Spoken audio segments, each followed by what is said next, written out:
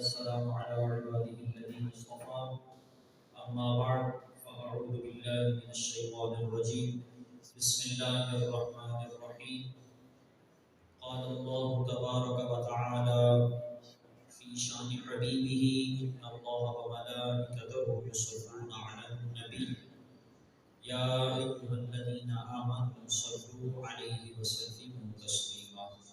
قال جل الصلاة والسلام عليك يا سيدي يا رسول الله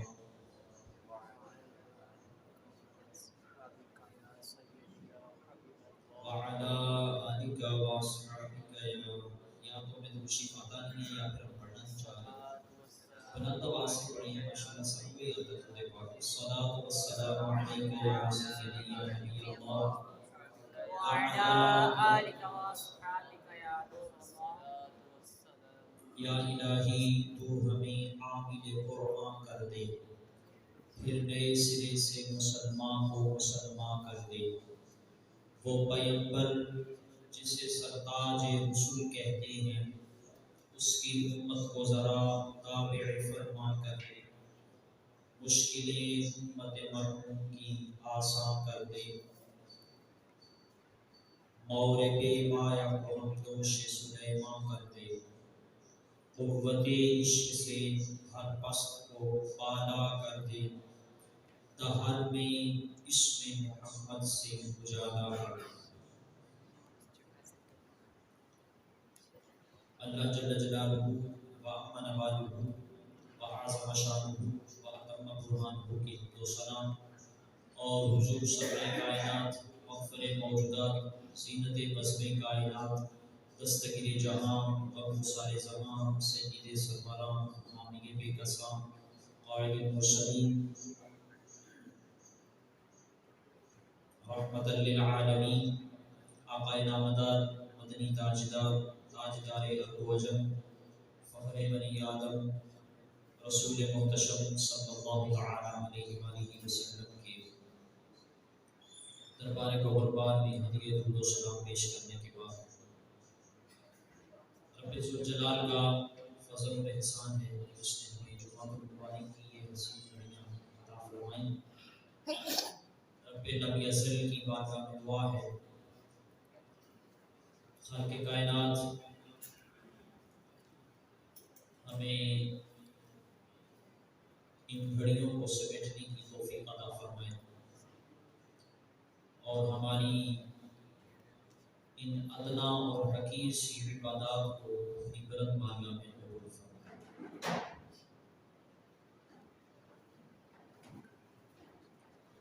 خالق کائنات جل جلالہ نے قرآن مجید قرآن رشید انعام یافتہ لوگوں کے حوالے سے بیان فرمائے اولئک الذین انعم اللہ علیہم من النبیین والصدیقین والشہداء والصالحین وحسن اولئک رفیقا فرمایا کہ میرے انعام یافتہ لوگ کون ہیں ہم پانچوں نمازوں کے اندر یہ دعا کرتے ہیں صراط الذین انعمت علیہم ان لوگوں کے رستے پر چلا انعمت جن پر تو نے انعام کیا اب سوال یہ پیدا ہوتا ہے کہ انعام یافتہ لوگ کون ہیں کن لوگوں کے رستے پر اللہ ہمیں چلائے یا کن لوگوں کا رستہ اللہ ہمیں دکھا دے یا کن لوگوں کے رستے کی طرف اللہ ہمیں ہدایت دے دے اللہ پاک نے پانچویں پارے میں وہ انعام یافتہ لوگوں کے حوالے سے ارشاد فرمایا اولئک الذین انعم اللہ علیہم من النبیین سب سے پہلے انعام یافتہ لوگ جو ہیں وہ انبیاء علیہ السلام ہیں کہ جن پر اللہ نے انعام کیا اس کے بعد والصدیقین اور سچے لوگ ہیں آج خود بھی سچے ہیں اور تصدیق بھی سچ کی کرتے ہیں صدیقین اس کے بعد والشہداء جنہوں نے اللہ کی رضا کے لیے اللہ کی راہ میں اپنی جان کا نذرانہ پیش کیا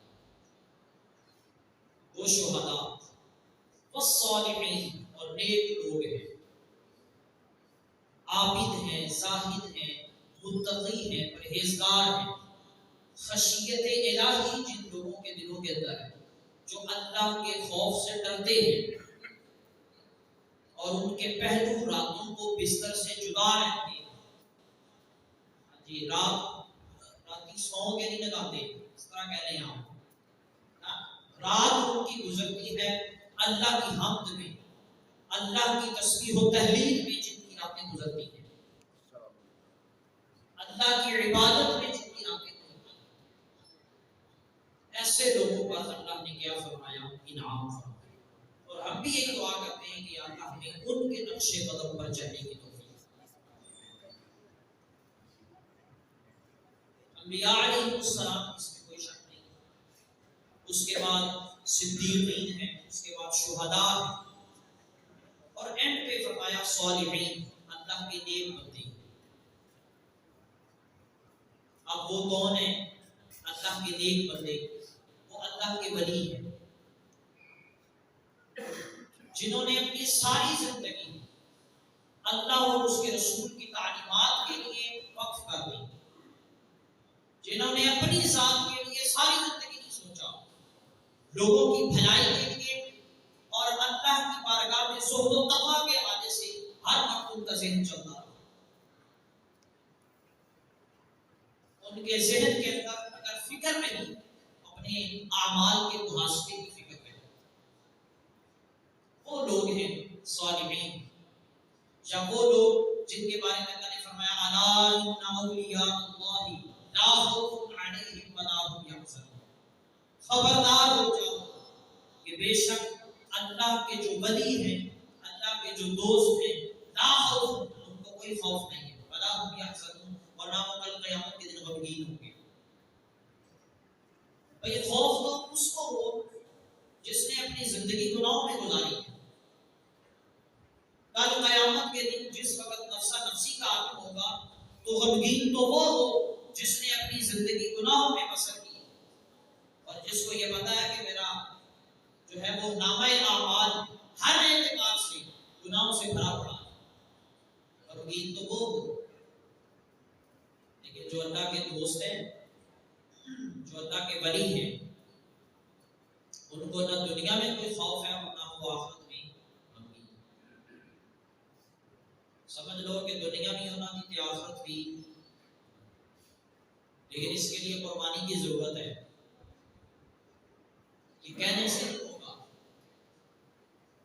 سب سے پہلی بات تو یہ ہے کہ ولی کس کو کہتے ہیں یا ولی کیسے بنتا ہے یا اس کے لیے کتنی محنت اور مشقت کی ضرورت پڑتی ہے تو سب سے پہلی بات یہ ہے اللہ جب بھی کسی کو ولایت عطا کرتا ہے تو سب سے پہلے اللہ اس کو علم کی دولت سے سرفراز کرتا ہے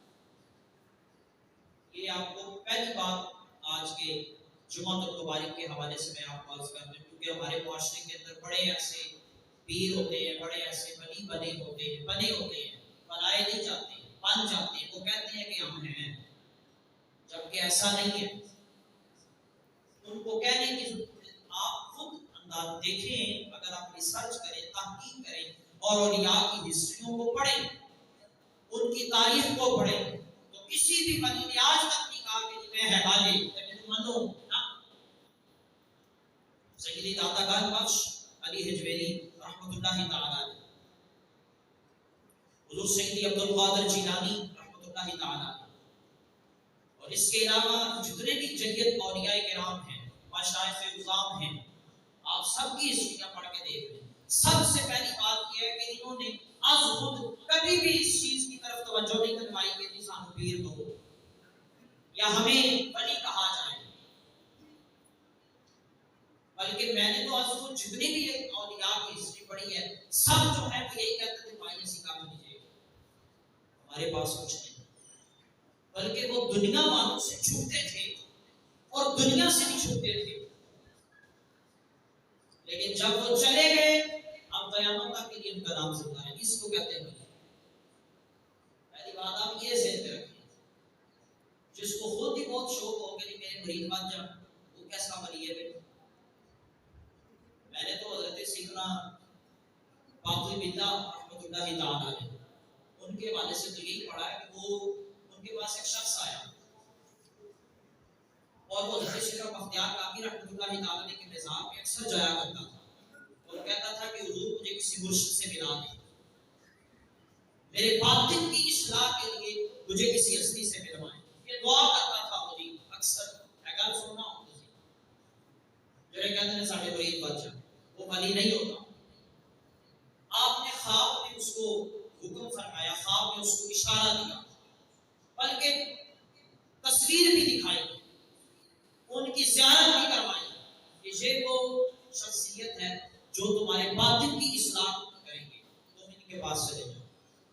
اور وہ جانتے کون تھے؟ حضرت سیدنا باقی بلّہ رحمۃ اللہ تعالیٰ علیہ۔ اور ایک میں تمہیں پتہ دی گل دساں، حضرت بختیار کاکی رحمۃ اللہ تعالیٰ علیہ کا جو سلسلہ طریقت ہے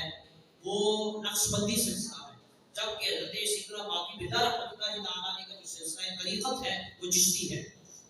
نقشبند کا پیر کس کے پاس بھیج رہا ہے؟ چشتی سلسلے والے کے پاس۔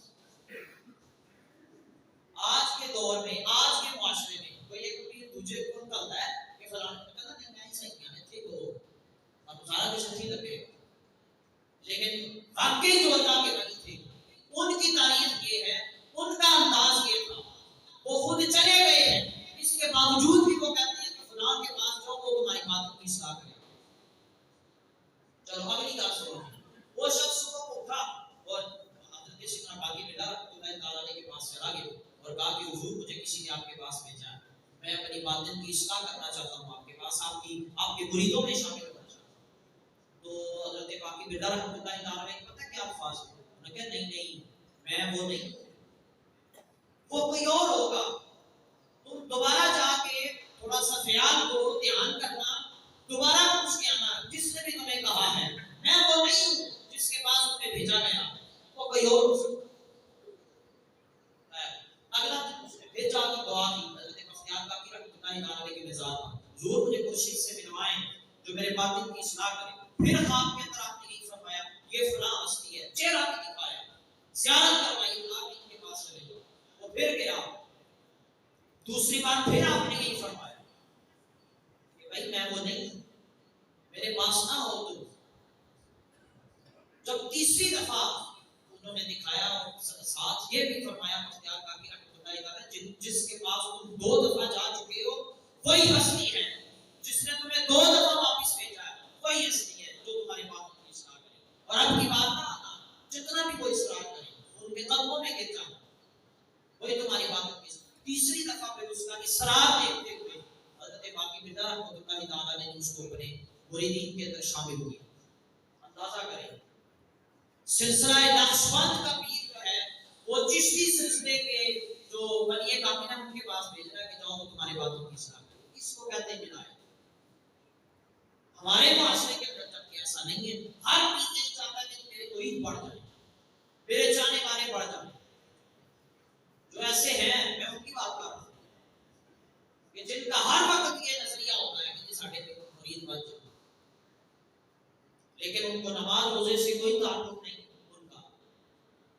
بلکہ ان سے پوچھا جائے تو یہ کہتے ہیں ساری نماز کی فلانی جگہ، ہماری نماز کی فلاں جگہ۔ تو سب سے پہلی شرط یہ ہے ولی کامل کے معنی سے کہ وہ دین کا، وہ شریعت کا پابند ہوتا ہے۔ سیدی اعلیٰ حضرت نے جو 4 شرطیں لکھی ہیں ولی کامل کی، اس میں پہلی شرط لکھی ہے کہ وہ صحیح العقیدہ ہو اور حضور کی کسی بھی سنت کا تارک نہ ہو۔ کہ جدی داڑھی نہیں ہوتی کوئی کہتا میں بھی پیر ہوں، وہ بھی پیر بنا ہوتا ہے۔ اس کے علاوہ نماز روزہ ہے، دیگر معاملات ہیں، شریعت کے اصول ہیں، اس کے قانون ہیں، اور شریعت مطہرہ کا علم ہے، علم دین ہے، تو تقریباً اتنا تو ہو کہ اپنی ضروریات زندگی کے مسائل کو اس کو پتا ہو، وہ بھی نہیں پتا ہو، وہ کہتا نہیں میں پیر ہوں۔ میرے بھائیوں سب سے پہلے جو میں نے بات آپ کو عرض کی ہے کہ اللہ جب بھی کسی کو ولایت عطا کرتا ہے سب سے پہلے اللہ اس کو علم دین عطا کرتا ہے، علم دین سے سرفراز کرنے کے بعد اللہ اس کو ولایت کا منصب عطا کرتا ہے۔ ہاں جی یہ بات جھوٹی ہے، کوئی بندے نے نماز نہ پڑھنی آتی ہے کہ میں پیر بن گیا اور وہ لوگوں کی اصلاح کرتا ہے، اس کو تو خود نماز پڑھنا نہیں آتا۔ اور حضرت سیدنا امام شافعی رحمۃ اللہ تعالیٰ نے ان کا قول بڑی اچھی طرح مجھے یاد ہے، آپ فرماتے ہیں اگر کائنات کے اندر عالم دین ولی نہیں تو کوئی بھی ولی نہیں، اس لیے کہ اللہ اپنی ولایت کسی چاہے کو عطا نہیں کرتا، علم والے کو عطا کرتا ہے۔ کہ نماز نہیں آتی تو کہتا کہ میں پیر ہوں، میں اللہ کا ولی بنا ہوں۔ کسی کو نماز روزے کا پتہ نہیں ہے اور شریف مسئلہ پوچھنا ہے تو امام صاحب کو جاؤ، مولوی صاحب کو جاؤ، جے پیسے کی گل کرنی ہے تے پیری مریدی والا کام کرنا تو وہ پھر پیر صاحب کے پاس آ جائے۔ یہ کیا طریقہ ہوا بھائی؟ ولی کامل کو اتنا بھی آپ پڑھ لیجیے اولیاء کی ہسٹری، شاہ شمس تبریز کی ہسٹری پڑھ لیں آپ، جو مولانا روم کے مرشد تھے۔ یہ ملتان والے شاہ شمس تبریز کی بات نہیں میں کر رہا، میں حضرت مولانا روم جس وقت وہ روم میں چلتے تھے تو 70,000 علماء چراغ لے کر ان کی مسجد کو اٹھا کر چلتے، ان کے مرشد کی بات کر رہا ہوں، مولانا روم کی، شاہ شمس تبریز۔ کہ ان کے پاس کتنے پائے گے وہ عالم دین تھے۔ اور ایک اور میں آپ کو بات بتاؤں، یہ ہے آج کی انکساری۔ اکثر لوگ ایسا، میرے اندر بھی ہو سکتا ہے یہ چیز موجود ہو کہ اکثر لوگ علماء ہوتے ہیں نا، ان کے اندر یہ عادت ہوتی ہے کہ جب کوئی مسئلہ ڈسکس ہو رہا ہو تو ان کو وہ بارے اس مسئلے کے بارے میں ان کے پاس بھی تھوڑا بہت نالج ہو نا تو وہ چاہتے ہیں کہ میں بھی بولوں اور بتاؤں کہ جی آپ مسئلہ اتنی انجر ہے۔ ایسا ہوتا ہے کہ نہیں ہوتا؟ یا چلے ان کا نہ معاملہ ہو، کوئی اور میڈیکل معاملہ ہو، کنسٹرکشن کا معاملہ ہو تو ہر بندہ مستری بھی بن جاتا ہے، اور میڈیکل مسئلہ ہو تو ہر بندہ ڈاکٹر بھی بن جاتا ہے، اور اسی طرح دین کا معاملہ ہو تو ہر بندہ مفتی بھی بن جاتا ہے۔ شاہ شمس تبریز کی یہ عادت نہیں تھی، وہ علم ہونے کے باوجود نہیں ہوتے تھے جب تک کہ اسے پوچھا نہ جائے۔ اس کو کہتے ہیں عاجزی اور انکساری۔ اور پہلے وہ صوفیاء کے پاس بیٹھا کرتے تھے، لیکن بعد میں پھر انہوں نے علماء کی مجلس کو اختیار کیا۔ آپ ان کی ہسٹری پڑھ لیں، اس کے علاوہ دیگر جو اولیاء کرام ہیں سب کی ہسٹری آپ پڑھ کے دیکھیں۔ حضرت سیدنا شیخ عبد القادر جیلانی رحمۃ اللہ تعالی علیہ، آپ ان کی سیرت پڑھ کے دیکھیں۔ وہ کہتے ہیں درست العلم حتی صرت قطبا فنلت السعد من مولا الموالی، میں نے علم حاصل کیا جہاں تک کہ اللہ نے مجھے مرتبہ قطبیت میں فائز کر دیا۔ تو کس کی وجہ سے؟ علم کی وجہ سے۔ علم کے بغیر تو بندہ کچھ بھی نہیں ہے۔ وہ کیسے سوچ سکتا ہے کہ میں اتنا بڑا پیر بن گیا؟ بھئی تم نماز روزے کے بارے میں ٹھیک ہے، حد الامکان ہر چیز کے بارے میں ہر وقت کسی کے پاس علم نہیں ہوتا۔ بڑے بڑے مفتیان کرام ہیں، کئی مسائل کے بارے سے ان کو نہیں پتا ہوتا، وہ آگے کسی سے رہنمائی دیتے ہیں، پھر وہ ان کو بھی کئی معاملات کا نہیں پتا ہوتا، وہ پھر اوپر سے رہنمائی دیتے ہیں۔ جو جس طرح اللہ نے قرآن میں بیان فرمایا وَفَوْقَ كُلِّ ذِي عِلْمٍ عَلِيمٍ، ہم نے ہر ایک سے بڑھ کر علم والا اس دنیا میں پیدا کیا ہے۔ تو کم از کم اپنی ضروریات کے مسائل کو پتا ہونا، یا نماز روزے کے مسئلے کے بارے میں تو پتا ہوگا۔ میں اس دن درس قرآن میں بھی میں نے یہ بات کی تھی کہ میں ماڈل میں جاتا تھا تو وہاں ایک بندہ جاتا تھا اکثر اپنے پیروں کے پاس، تو میں نے ایک دفعہ اس سے پوچھا یار تم اکثر جاتے ہو اتنا ٹائم وہاں پر جو ہے وہ لگا کے آتے ہو، یا چلو لنگر کھانے جاتے ہو، چلو یہ بھی ایک الگ مسئلہ ہے، تو یہ بتاؤ کہ سیکھا کہاں کیا ہے آپ نے؟ اتنا 4-5 سال کا عرصہ ہو گیا آپ کو جاتے ہوئے، تو کیا سیکھا آپ نے؟ کبھی آپ نے نماز کے فرائض وہاں پہ سیکھے، اپنی نماز درست کی ہو، کبھی نماز کی شرائط میں سیکھا ہو؟ نہیں جی نہیں پتا۔ وہ امام صاحب نے سکھانا ہے، وہ مولوی صاحب نے سکھانا ہے، تو پھر پیرا پور کی کرنے جاتے ہو وہاں آپ کیا کرتے ہیں؟ اس لیے صرف باطن کی اصلاح کے لیے بھی ضروری ہے کہ یہ چیزیں سیکھی جائیں۔ متقی دیکھیں نا، اگر کسی کو قرآن اوپر سے دیکھ کے پڑھنا نہیں آتا، وہ تو ترجمہ کی پڑھائے گا، وہ آپ کو قرآن کی تفسیر کیسے بتائے گا، وہ اس مسئلے کو خاص کر کے کیسے بتائے گا، یا وہ اس کلام کے ترجمے کو سمجھ کے آپ کو مفہوم کیسے سمجھائے گا کہ اللہ پاک نے ہم سے یہ کلام کیا، جس کو اوپر سے دیکھ کے قرآن پڑھنا نہیں آتا۔ اور آپ ریسرچ کر کے دیکھ لیں، پاکستان کے کتنے ایسے پیر ہیں جو بنی ہیں، جو بنے بیٹھے ہیں، اور ان کو قرآن سے اتنا پڑھنا نہیں آتا، ان کے تلفظ صحیح نہیں ہے، ان کے مخارج صحیح نہیں ہے، قرآن درست طریقے سے ان کو پڑھنا نہیں آتا، چلے یہ بھی بات الگ ہے، ان کا ظاہر ہی ایسا نہیں ہے کہ کہا جا سکے کہ اسلام کی ترجمانی کرتے ہیں، ان کے ظاہری شکل و صورت، لباس، کردار ہی ایسا نہیں ہے کہ بندہ کہہ سکے کہ یہ ترجمانی کرتے ہیں اسلام کی، اور کہتے ہیں کہ یہ سبیرہ، پھر مرد کیا اور خواتین کیا، اور پھر لوگ بولکیوں پر تانا زنی کرتے ہیں یہ باتیں سن کر، یہ دیکھ کر کے دیکھیں یہ اسلام ہے، جڑے اہل کام کار کے تسی انہوں نے بولو نا، دین کو تو بدنام نہ کریں نا، اسلام کو تو بدنام نہ کریں، اگر ایک بندہ خود اس چیز کو جو ہے وہ کوشش ہی نہیں کر رہا، وہ سیکھ ہی نہیں رہا، اس کو پتہ ہی نہیں، اس نے اسلام پڑھا ہی نہیں، تو اس میں اسلام کا کیا قصور ہے؟ اور جو دوسرے لوگ ہیں وہ پھر کہتے ہیں دیکھیں جی یہ دین ہے، یہ اسلام ہے، کوئی جڑا کام غلط کر رہے ہیں ہم لاؤ تو نہیں ہوتے پڑھ کے، بس یہ کیوں کہتے ہیں نہ لاؤ، اگر کوئی بھی کسی کے مزار پر جا کر سجدہ کرتا ہے تو ہم کب کہہ رہے ہیں کہ اس نے اچھا کام کیا، ایسے کہتے ہیں کہ ہمیں غلط کیا؟ اور یہ بھی میں آپ کو ایک اور بات عرض کر دوں، جو دین اور اسلام کی تعلیمات اور جو دین اور اسلام کے معاملات ہیں وہ عوام کے ہاتھ میں نہیں ہوتے، علماء کے ہاتھ میں ہوتے ہیں، عوام کوئی کام کرنا شروع کرتے تو وہ جائز نہیں ہوتا، یا اس چیز کی طرف دیکھتے ہوئے ہم اسلام کو بدنام کرتے ہیں فلانا کام کر رہے ہیں، آپ کبھی مفتیان کرام سے تو پوچھیں، علماء کرام سے تو پوچھیں کہ آیا یہ کام کرنا درست ہے بھی کہ نہیں، یا یہ کام اسلام کے اندر جائز ہے بھی کہ نہیں، تو لہٰذا اگر ایسے کچھ لوگ موجود ہیں یا ایسے عناصر موجود ہیں جن کا اسلام کے ساتھ کوئی تعلق نہیں ہے، بس ویسے ہی انہوں نے لوگوں کو جو ہے یا ان کے دلوں کو یا لوگوں کی سوچ کو بعض اوقات خراب کیا ہوا ہے، اس کا یہ مطلب ہرگز نہیں ہے کہ ہم ہر کسی اللہ کے جو ولی ہے اس کے ساتھ یہ معاملہ شروع کر دیں یا نفرت شروع کر دیں، بلکہ میں تو کہتا ہوں کہ جو بدنام کرتا ہے اسلام کو یا پیروں کو بدنام کرتا ہے یا اللہ کے ولیوں کو بدنام کرتا ہے اس کو سریعان سزا دینی چاہیے، لیکن جو واقعی اللہ کے ولی ہیں ان کے ساتھ وہ نفرت رکھتا ہے تو پھر اس کو بھی سریعان ہونی چاہیے، جو واقعی اللہ کے ولی ہیں پھر ان کے ساتھ محبت بھی ہونی چاہیے، جو قرآن کا فلسفہ ہے، جو اللہ اور اس کے رسول کی تعلیمات ہیں، کہ جس طرح زندگیاں انہوں نے بسر کی ہیں، جس طرح زندگیاں انہوں نے گزاری ہیں آپ بھی اسی طرح زندگی گزاریں، اور یہ محبت کر بھی پاسبل ہو سکتا ہے نا، ویسے تو نہیں ہو سکتا، آپ کسی کے نقش قدم پر اسی وقت چلیں گے جب آپ اس سے محبت رکھتے ہوں گے، جب آپ اس سے محبت ہی نہیں کرتے تو آپ اس کے نقش قدم پر کیسے چلیں؟ ہمارے دل کے اندر حضور سید عبد القادر جیلانی کی محبت ہے، لہذا ہم چاہتے ہیں کہ ہم ان کے نقش قدم پر چلیں، اور یہ ضروری ہے، اللہ کے ولیوں کے ساتھ محبت یہ ضروری ہے، اور یہ حدیث پاک میرے سامنے موجود ہے، جو بندہ دنیا کے اندر بغیر کسی کو دیکھے اس سے محبت کرے گا کل قیامت کے دن وہ اسی کے ساتھ اٹھایا جائے گا، یہ حضور کا فرمان ہے، ہم میں سے کسی نے اللہ کو نہیں دیکھا، ہم میں سے کسی نے حضور کو نہیں دیکھا، ہم میں سے کسی نے اولیاء کرام کو نہیں دیکھا، ہم اس کے باوجود ان سے محبت کرتے ہیں، تو ہم ان کے ساتھ قیامت کے دن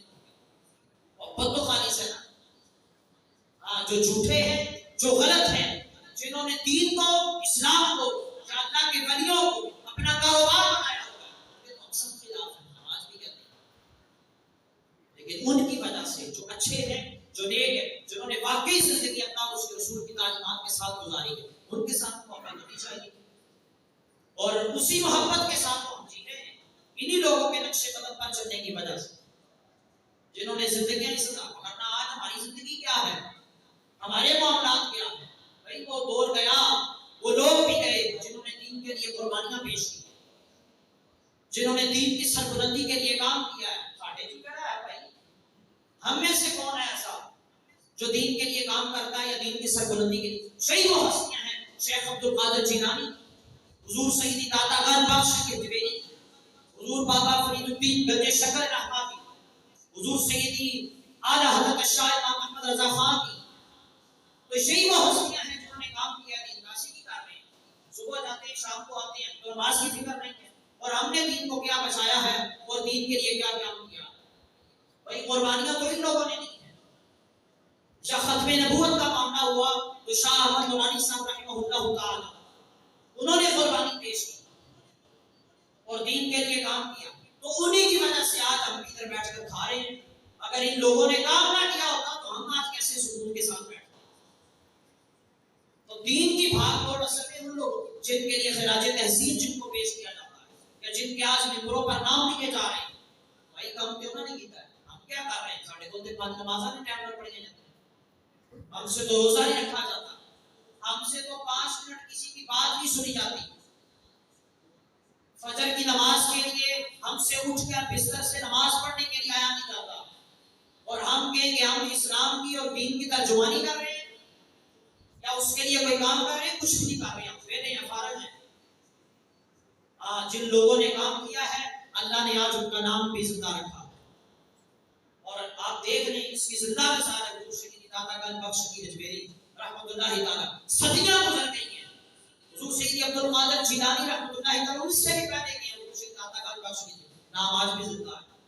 لوگ جاتے ہیں ان کے پاس، تو کیوں جا رہے ہیں بھائی؟ کیوں آج ان کا نام لیا جا رہا ہے؟ صدیاں گزر گئی ہیں، بھائی انہوں نے دین کا کام کر کے دکھایا، باتیں نہیں کی، دین کی سربلندی کے لیے اپنے آپ کو وقف کیا ہے، اور جب انہوں نے اپنے آپ کو وقف کیا تب جا کر اللہ نے پھر فرمایا ہے کہ یہ وہ لوگ ہیں شیخ اور اللہ کے ولی ہیں جن کو نہ دنیا میں کوئی خوف ہے اور نہ وہ آخرت میں غمگین۔ جو تقویت کے اندر میں نے آیت جو ہے وہ پڑھی، دعا ہے رب ذوالجلال کی بارگاہ میں اللہ پاک ہم سب کو ان نیک حسینوں پہ نقش قدم پر چلنے کی توفیق عطا فرمائے۔ وآخر دعوانا الحمدللہ۔